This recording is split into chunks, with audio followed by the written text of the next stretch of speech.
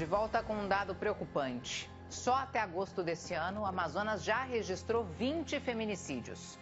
Um número que já ultrapassa o mesmo período do ano passado, quando foram registrados 7 casos. Um tipo de crime que a gente sabe é o último estágio do ciclo da violência contra a mulher. Você vai conhecer agora a história da Janaíne Soares. Ela tinha 25 anos quando foi assassinada pelo namorado dentro da própria casa. E depois de 7 anos desse crime, o suspeito continua foragido. A morte aconteceu na frente da mãe dela, que até hoje busca por justiça. Feminicídio. Você já deve ter ouvido falar essa palavra. É um crime especificamente contra as mulheres, último estágio da violência de gênero, quando o agressor tira a vida da vítima. Tá filmando, tu vai se arrepender. Tu vai se arrepender. Eu vou preso, mas eu vou sair. Só esse ano, até agosto, a Secretaria de Segurança Pública registrou 20 feminicídios em todo o Amazonas. 14 foram em Manaus. O número que ultrapassa o do ano passado, quando foram registrados 7 casos no mesmo período. Na maioria das vezes, os assassinos usaram arma branca para matar as vítimas. Foi o caso da jovem Janaíne Bueno Soares, de 25 anos. Ela foi assassinada a golpes de teçado em junho de 2017, dentro da própria casa. O principal suspeito do crime era o companheiro dela, Anderson da Costa Silva, que na época tinha 45 anos. Até hoje, ele segue foragido.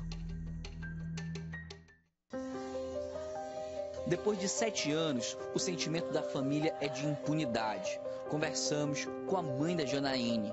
O trauma ainda está vivo na mente da dona Sirlene.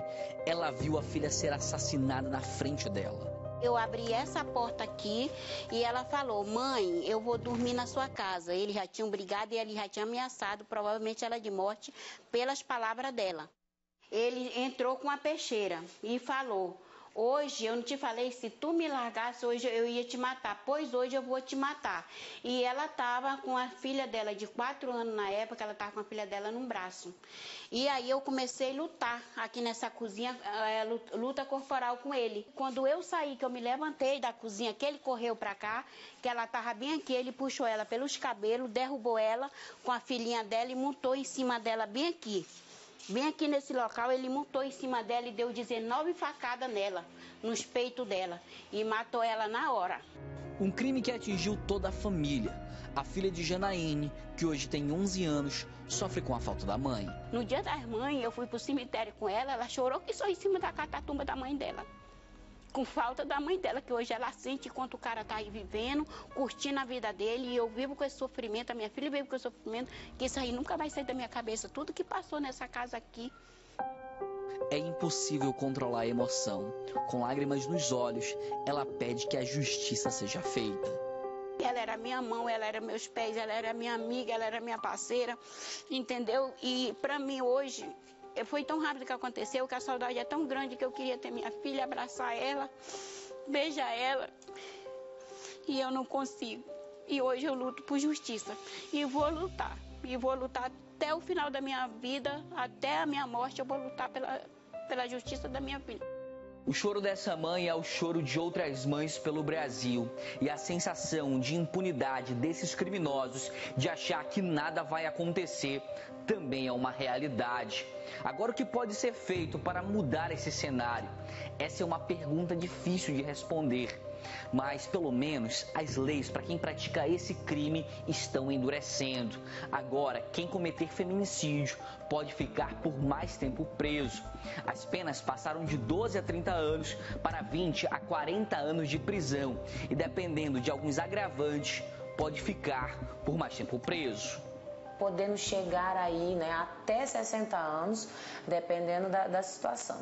A lei também, ela trouxe mudanças não só na lei, no crime de feminicídio, ela também teve alterações aí, né, teve aí um aumento da pena também nos crimes de lesão corporal, que agora passou a ser de reclusão de 2 a 5 anos. o crime de ameaça, que antes a gente precisava ali de uma representação, que é uma espécie de autorização da vítima, para a gente poder instaurar um procedimento. Agora a gente não precisa mais nos casos de violência doméstica e familiar. A nova lei é um avanço no combate à violência de gênero e a rede de apoio é fundamental nesse trabalho. Elas contam com atendimento psicológico, social e encaminhamento jurídico. A gente também realiza o acompanhamento dela para escolarização, então a gente ajuda elas, a gente traz assim em parceria com a SEDUC, traz os provões da SEDUC aqui para a unidade, então a gente realiza tanto o ensino dela fundamental quanto o médio, elas fazem um provão e aí depois a gente faz a colação de grau dessas mulheres também. Aqui neste centro de referência, a gente também tem uma coordenação especializada de cursos profissionalizantes. Então, essa coordenação chamada CIPINT, ela realiza os cursos profissionalizantes dessa mulher e também encaminha essa mulher para o mercado de trabalho a partir do filtro realizado dos currículos delas. A denúncia e o registro do boletim de ocorrência são os primeiros passos para combater o ciclo da violência.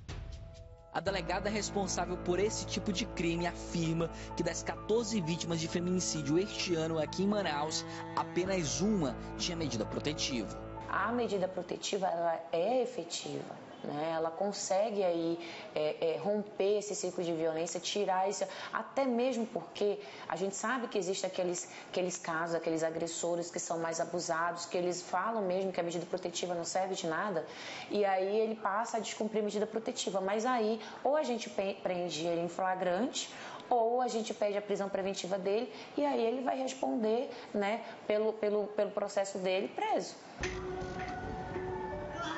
Por isso é importante que a mulher reconheça os primeiros sinais, porque o feminicídio é o último estágio do ciclo da violência. O feminicídio em si, ele é a ponta do iceberg. Então, muita coisa já aconteceu. O histórico dessas mulheres que sofreram feminicídio, muitas delas estão associadas à violência doméstica familiar. Esse agressor, ele também tem um perfil. Então, qual é o perfil desse agressor? São homens que praticam a violência, né? A gente chama de ciclo. Então, a violência ocorre, a gente vem para a questão da lua de mel, onde esse autor, ele tenta mascarar a situação. Então, ele, às vezes, a violência ela ocorre, e aí no dia seguinte ele já pede desculpa, ele diz que ele errou e que ele vai mudar. Então são falsas promessas e aí essa mulher ela acaba ficando nesse ciclo. E aí o ápice dessa violência em muitos casos é o feminicídio em si.